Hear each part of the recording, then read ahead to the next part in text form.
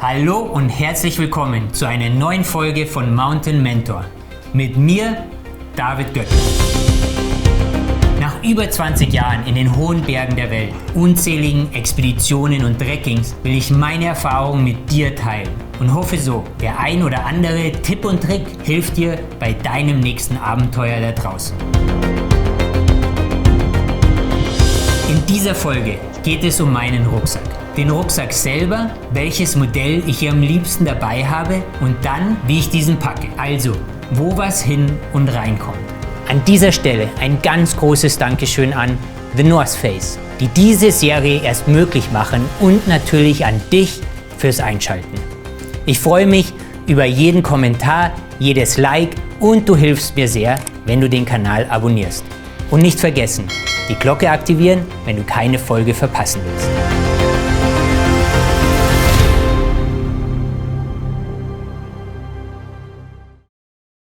Rucksäcke sind wirklich eines meiner Lieblingsthemen.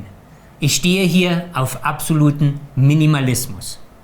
Der Rucksack ist ja nur der Container für meine ganze Ausrüstung. Heißt, ich erwarte, dass er maximal leicht ist, bei okayem Komfort.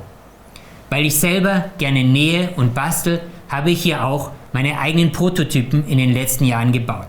Da haben wir viel gelernt und ich hoffe, es kommt bald ein Modell davon bei The North Face. Bis dahin benutze ich aber selber auch immer wieder diese beiden Modelle. Den Phantom in 38 Litern und den Verto in 27 Litern. Wenn ich wirklich wenig dabei habe, nehme ich aber schon mal gerne einen Rucksack aus dem Trail-Bereich. So wie diesen hier. Ich habe am liebsten ein Modell ohne Reißverschlüsse und Taschen. So besteht der Rucksack aus nur einem großen Stauraum. Einzelne Sachen packe ich dann in Gruppen in leichten, oft wasserdichten Packsäcken zusammen. So bleiben die wichtigen Sachen sicher trocken und außerdem kann ich je nach Situation die Gruppe, die ich schnell erreichen will, nach oben packen. Rückenpolsterung lasse ich eigentlich fast ganz weg, beziehungsweise nehme sie immer raus, falls das geht. Da muss ich zwar ein wenig vorsichtiger packen, aber habe es bis jetzt noch immer hinbekommen, dass mich hier nichts drückt. Und es spart halt wieder Gewicht. Ich habe gerne an den Tragegurten gerade im Sommer eine kleine Tasche dran, wo ich dann Trinken drin habe. Bei Minustemperaturen im Winter oder auf Expedition, da es hier ja einfrieren würde,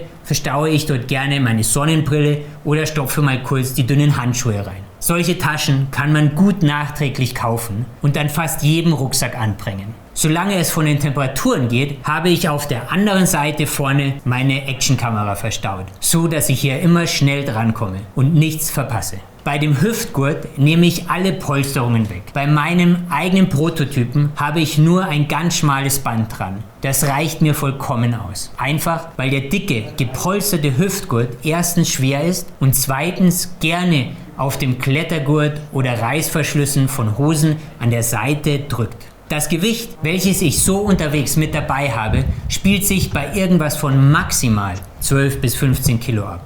Da ist dann alles drin für einen Everest oder einen Nanga Parbat im Winter. Beim Trekking geht das natürlich noch viel leichter.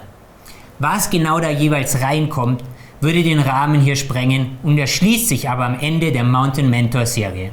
Kommen wir zu Packen an sich. Hier versuche ich einfach möglichst gut vorzuplanen. Es gibt nichts Nervigeres, als am Lager anzukommen, es windet, stürmt oder schneit und mein Zelt ist zum Beispiel ganz unten drinnen. Bis ich das aus dem Rucksack habe, ist der ganze andere Kram nass oder vom Winde verweht. Also, Zelt immer möglichst oben oder an der Seite verstauen.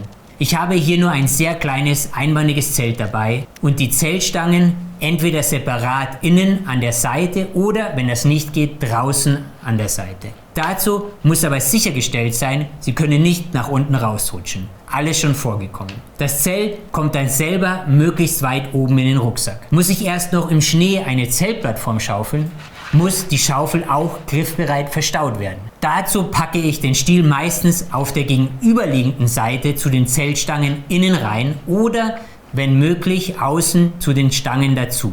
Das Schaufelblatt vorne rein, gleich hinterm Rucksackstoff. Ganz unten packe ich als erstes Erste Hilfe und Apotheke. Dann kommt mein Essen für das Lager oder die nächsten Tage. Der Kocher und das Gas kommen als nächstes. Isomatte und Schlafsack, Bekleidung, die ich erst weiter oben brauche oder zum Umziehen dabei habe, kommen in einen Trockensack schön am Rücken unten rein. Das ist auch die perfekte Polsterung. Dann weiter oben ein Beutel mit Kleinkram wie Sonnen- oder Schneebrille, Sonnencreme, ein paar Riegel für den Tag.